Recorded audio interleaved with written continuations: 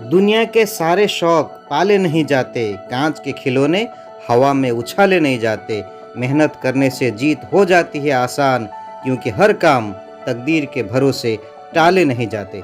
Manoeuvre Hindi classes में आपका स्वागत है। आज पढ़ेंगे वचन भाग 2। इसमें हम पढ़ेंगे मूल रूप और तिर्यक रूप। इसके अलावा हम पढ़ेंगे वचन बदलकर वाक्यों को लिखना। तो चलिए पाठ शुरू करते हैं। देखिए चित्र को, घोड़ा घोड़े। घोड़ा शब्द से पता चलता है कि एक घोड़ा है, चित्र में भी देख रहे हैं, और घोड़े से पता चलता है अनेक घोड़े हैं। तो घोड़ा एक वचन है और घोड़े बहुवचन है। ऐसा हम पहले पाठ में भी पढ़ चुके हैं। तो एक वचन में घोड़ा, बहुवचन में घोड़े। लेकिन यहाँ देखिए पहला वाक्य, घोड़े को रस्सी से बांध दो। अब दूसरे वाक्य को देखिए, घोड़ों को जंगल में छोड़ दो।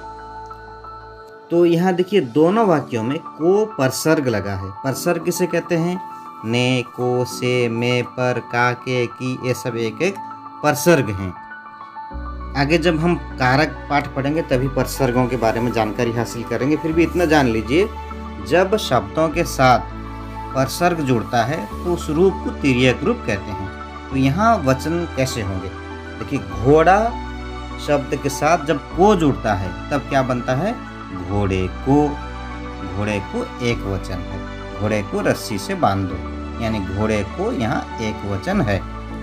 ठीक इसी तरह घोड़े शब्द के साथ जब को जुड़ता है तो क्या बनेगा? घोड़ों को। घोड़ों को जंगल में छोड़ दो, यहाँ घोड़ों को बहुवचन है। ये है परसर्ग युक्त शब्द। मूल रूप और तिर्यक रूप, इन दोनों का एक वचन और बहुवचन रूप हम देखते हैं। मूल रूप देखिए एक वचन घोड़ा, बहुवचन घोड़े। तिर्यक रूप एक वचन घोड़े को, बहुवचन घोड़ों को। कमरा, कमरे। मूल रूप में कमरा, कमरे। कमरा एक वचन, कमरे बहुवचन। लेकिन तिर्यक रूप में कमरे में, कमरों में। यहाँ में भी लग सकता है, से भी लग सकता है। कमरे से, कमरों से, कमरे का, कमरों का, ऐसा भी हो सकता है। मूल रूप में हाथी का बहुवचन हाथी है, लेकिन तिर्यक रूप में हाथी को या हाथी से, ये एक वचन है। बहुवचन में क्या होगा ना? हाथियों को, हाथियों से, हाथियों का, ये होगा बहुवचन। जहाँ परसर्ग लगता है, को, ने, से, का, के, की, में, पर, ये सब एक एक परसर्ग हैं। ठीक इसी तरह साधु बहुवचन में भी साधु मूल रूप में, लेकिन तिर्यक रूप में साधु ने या साधु को या साधु के द्वारा यहाँ लग सकता है। बहुवचन में साधुओं हो जाएगा, साधुओं ने, साधुओं से या साधुओं के द्वारा आदि। अब कुछ स्त्रीलिंग शब्दों का मूल रूप और तिर्यक रूप का एक वचन और बहुवचन रूप देखते हैं। देखिए, नदी, नदियाँ। नदी एक वचन है और नदियाँ बहुवचन है, ये मूल रूप में। तिर्यक रूप में क्या होगा? नदी में या नदी से। बहुवचन में नदियों में या नदियों से आदि। ठीक इसी तरह लड़की, लड़कियां। लड़की एक वचन, लड़कियां बहुवचन। तिर्यक रूप में लड़की ने, लड़कियों ने बहुवचन। एक वचन लड़की ने, लड़कियों ने बहुवचन में होगा। लड़की ने या लड़की से या लड़की का, यह एक वचन में। बहुवचन में लड़कियों ने या लड़कियों को या लड़कियों से, यह होगा बहुवचन। कभी कभी क्या होता है, लड़की का बहुवचन रूप लिखिए, अगर प्रश्न आता है तो बच्चे क्या करते हैं, कभी कभी ऐसा कर देते हैं लड़कियों। ऐसा गलत है। लड़की का बहुवचन लड़कियां होगा, लड़कियों नहीं। हाँ, अगर लड़की के साथ कोई परसर्ग रहेगा, लड़की ने का बहुवचन रूप बताओ, तब होगा लड़कियों ने। मूल रूप में पुस्तक, पुस्तकें। पुस्तक एक वचन, पुस्तकें बहुवचन। तिर्यक रूप में पुस्तक से एक वचन या पुस्तक को एक वचन। बहुवचन में पुस्तकों से या पुस्तकों को, ऐसा बहुवचन। ठीक इसी तरह बालिका, बालिकाएं। तो बालिका होगा एक वचन, बालिकाएं बहुवचन, यह मूल रूप में। तिर्यक रूप में क्या होगा ना? बालिका को, बालिका से, बालिका के द्वारा, यह एक वचन। बहुवचन में क्या होगा? बालिकाओं को, बालिकाओं के द्वारा, बालिकाओं से आदि। बहुवचन में होगा ऐसा। अब पढ़ेंगे वचन बदलकर वाक्य को फिर से लिखना। देखिए, रेखांकित शब्दों के वचन बदलकर वाक्यों को फिर से लिखिए। प्रश्न है, मेज पर पुस्तक रखी है। पुस्तक रेखांकित शब्द है। बच्चों, एक छोटा सा नियम है, उसे याद रखो कि क्रिया का प्रयोग कर्ता के लिंग और वचन के अनुसार होता है। अगर कर्ता पुल्लिंग एकवचन है तो क्रिया भी पुल्लिंग एकवचन में रहेगी। अगर कर्ता पुल्लिंग बहुवचन है तो क्रिया भी पुल्लिंग बहुवचन में रहेगी। अगर कर्ता स्त्रीलिंग में है तो क्रिया भी स्त्रीलिंग में रहेगी। लेकिन जब कर्ता के साथ कोई परसर्ग जुड़ता है, मान लो कर्ता के साथ ने परसर्ग जुड़ गया, तब क्रिया कर्ता के अनुसार नहीं रह करके कर्म के अनुसार रहेगी। हम इसे पढ़ेंगे, जब कारक पाठ पढ़ेंगे तो वहाँ इसके बारे में सब विशेष जानकारी हासिल करेंगे। फिर भी ये नियमों को थोड़ा ध्यान में रखना है। अब वाक्यों को देखिए। मेज पर पुस्तक रखी है, तो रेखांकित शब्द क्या है? पुस्तक। पुस्तक का बहुवचन क्या होगा? पुस्तकें। तो वाक्य क्या होगा? मेज पर पुस्तकें रखी हैं। या है के जगह में है में एक बिंदु लगा देना है, हैं हो जाएगा, क्योंकि बहुवचन में हैं। मेज पर पुस्तकें रखी हैं। पुस्तकें स्त्रीलिंग बहुवचन है, तो इसलिए क्रिया भी यहाँ रखी हैं होगी। क्रिया भी स्त्रीलिंग बहुवचन में रहेगी, इसलिए रखी हैं। मेज पर पुस्तकें रखी हैं। दूसरा वाक्य, चिड़िया उड़ रही है। रेखांकित शब्द क्या है? चिड़िया। चिड़िया का बहुवचन रूप क्या होगा? चिड़िया। तो वाक्य क्या होगा? चिड़िया उड़ रही हैं। क्योंकि चिड़िया स्त्रीलिंग बहुवचन है, इसलिए क्रिया भी स्त्रीलिंग बहुवचन में रहेगी, यानी क्रिया भी होगी उड़ रही हैं। चिड़िया उड़ रही हैं। तीसरा वाक्य, कुत्ता भौंक रहा है। तो रेखांकित शब्द क्या है? कुत्ता। कुत्ता का बहुवचन कुत्ते। अब वाक्य क्या होगा? कुत्ते भौंक रहे हैं। क्योंकि कुत्ते पुल्लिंग बहुवचन है, इसलिए क्रिया का प्रयोग भी पुल्लिंग बहुवचन में होगा, इसलिए कुत्ते भौंक रहे हैं। चौथा वाक्य, उनकी आशा हमेशा के लिए मर गई। एनुअल एचएस एग्जाम 2020 में यह प्रश्न आया था। अब आशा का बहुवचन आशाएं। आशा स्त्रीलिंग शब्द है, आशाएं बहुवचन। तो वाक्य क्या होगा? उनकी आशाएं हमेशा के लिए मर गईं। यहाँ क्रिया भी स्त्रीलिंग बहुवचन में रहेगी। पांचवा वाक्य, आकृति कुछ पहचानी हुई मालूम हुई। एनुअल एचएस एग्जाम 2019 का यह प्रश्न। आकृति का बहुवचन क्या होगा? आकृतियाँ। तो वाक्य क्या होगा? आकृतियाँ कुछ पहचानी हुई मालूम हुई। आकृति स्त्रीलिंग शब्द है, आकृतियाँ स्त्रीलिंग बहुवचन, इसलिए क्रिया भी स्त्रीलिंग बहुवचन में रहेगी। तो बच्चों, अब होगा तुम्हारा सेल्फ टेस्ट, आत्म परीक्षण।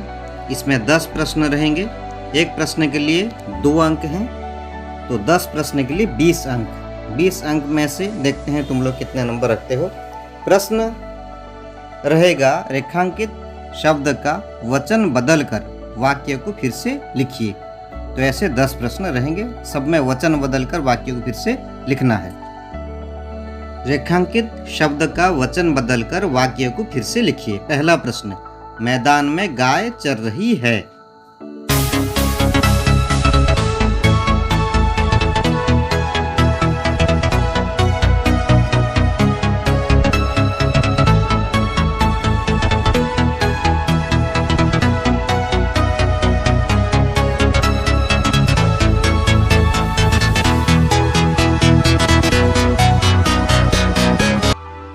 दूसरा प्रश्न, बाग में फूल खिला है।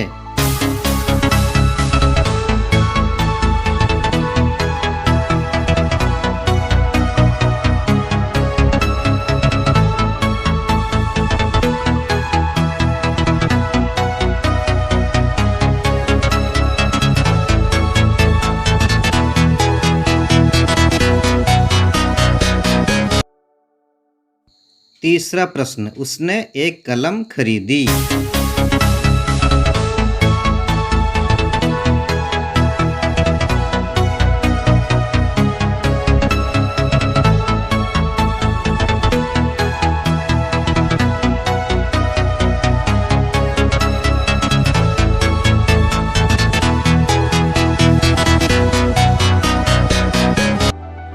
चौथा प्रश्न, मेज पर कलम रखी है।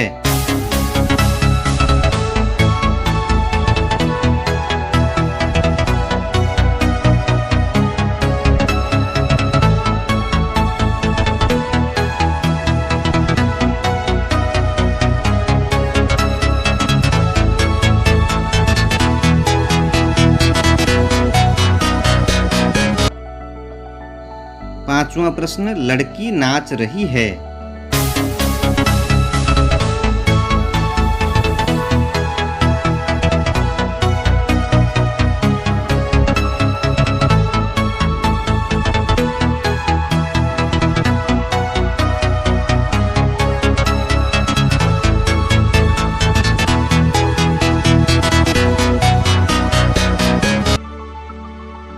छठा प्रश्न, रमेश ने एक बात कही।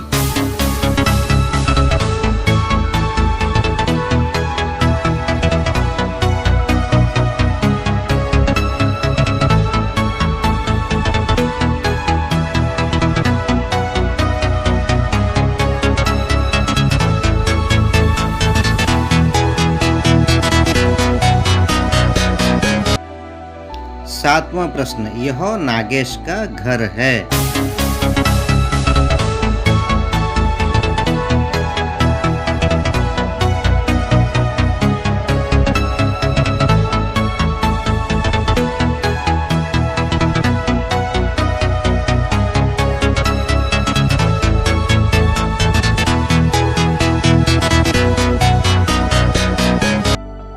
आठवां वाक्य, यह किसकी घड़ी है।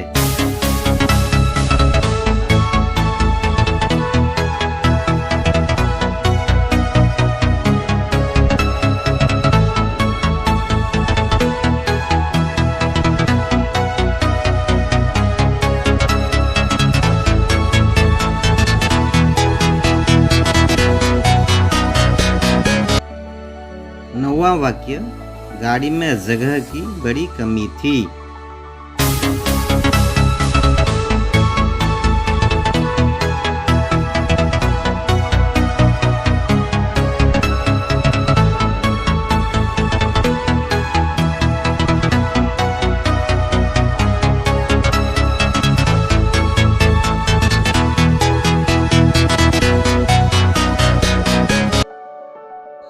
दसवां वाक्य, वीरत्व की ये कहानियां आगे बढ़ती हैं।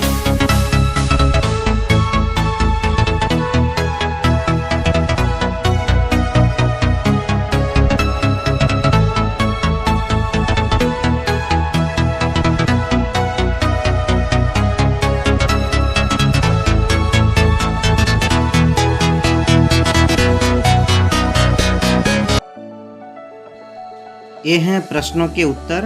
एक नंबर, मैदान में गायें चर रही हैं। गायें स्त्रीलिंग बहुवचन है, इसलिए क्रिया चर रही हैं। स्त्रीलिंग बहुवचन में भी है क्रिया। 2 नंबर, बाग में फूल खिले हैं। फूल एक वचन में भी फूल, बहुवचन में भी फूल। फूल एक पुल्लिंग शब्द है, तो वाक्य क्या होगा, बाग में फूल खिले हैं। तीसरा वाक्य, उसने कई कलमें खरीदी। अब कलम का स्त्रीलिंग कलमें, इसलिए क्रिया भी स्त्रीलिंग बहुवचन में रहेगी, खरीदी।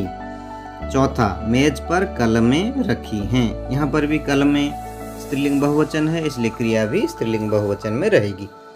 पांचवा, लड़कियां नाच रही हैं। तो लड़कियां स्त्रीलिंग बहुवचन हो गया, तो क्रिया भी स्त्रीलिंग बहुवचन में रहेगी, इसलिए नाच रही हैं।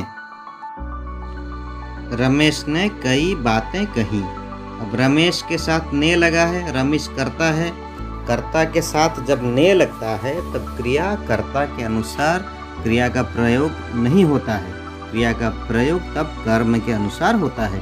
बातें, यहाँ कर्म है, स्त्रीलिंग बहुवचन, इसलिए क्रिया भी कहीं स्त्रीलिंग बहुवचन में होगी। रमेश ने कई बातें कही। ये नागेश के घर हैं। घर का बहुवचन घर है, इसलिए यह के जगह ये हो जाएगा। ये नागेश के घर हैं। आठवां वाक्य, ये घड़ियां किसकी हैं। तो घड़ी का बहुवचन घड़ियां हो जाएगा, इसलिए यह के जगह ये हो जाएगा। ये घड़ियां किसकी हैं। नौवां वाक्य, गाड़ियों में जगहों की बड़ी कमी थी। अब गाड़ियों में यहाँ क्यों हुआ? न यह तिर्यक रूप है पर सर्ग युक्त शब्द है। जब एक से अधिक गाड़ी हो गए तो जगह को भी बहुवचन कर देना है, जगहों की। गाड़ियों में जगहों की बड़ी कमी थी। 10वां वीरत्व की यह कहानी आगे बढ़ती है। यहाँ एक वचन रूप में लिखा गया है। आपने हमारे पाठ को धैर्य के साथ देखा और सुना, इसलिए धन्यवाद। अगर हमारा यह पाठ आपको पसंद आया तो सबसे पहले हमारे चैनल को सब्सक्राइब कर लीजिए। सब्सक्राइब करने के साथ साथ बेल आइकन पर प्रेस कर दीजिए ताकि जो भी पाठ हम बना करके लेकर आएंगे उसका नोटिफिकेशन बहुत जल्द आपके पास आ जाएगा। हमारा पाठ डायरेक्ट आपके पास पहुंच जाएगा। अपने दोस्तों को शेयर भी कीजिए, लाइक भी कीजिए, कमेंट्स भी लिखिए, ज़्यादा से ज़्यादा शेयर कीजिए। सब्सक्राइब करना मत भूलिए, सब्सक्राइब कर दीजिए और साथ साथ बेल आइकन पर प्रेस कर दीजिए। घर में रहिए, स्वस्थ रहिए, सुरक्षित रहिए। अभी भी हालात सुधरा नहीं है। अगर कुछ काम रहे, ज़रूरी काम, तो घर से निकलिए। निकलते समय मास्क ज़रूर पहनिए। सोशल डिस्टेंसिंग का मेंटेन कीजिए। सोशल डिस्टेंसिंग का मतलब जब आप घर से निकलते हैं तो कम से कम 2 मीटर की दूरी बनाए रखिए। घर में रहिए, स्वस्थ रहिए, सुरक्षित रहिए। धन्यवाद।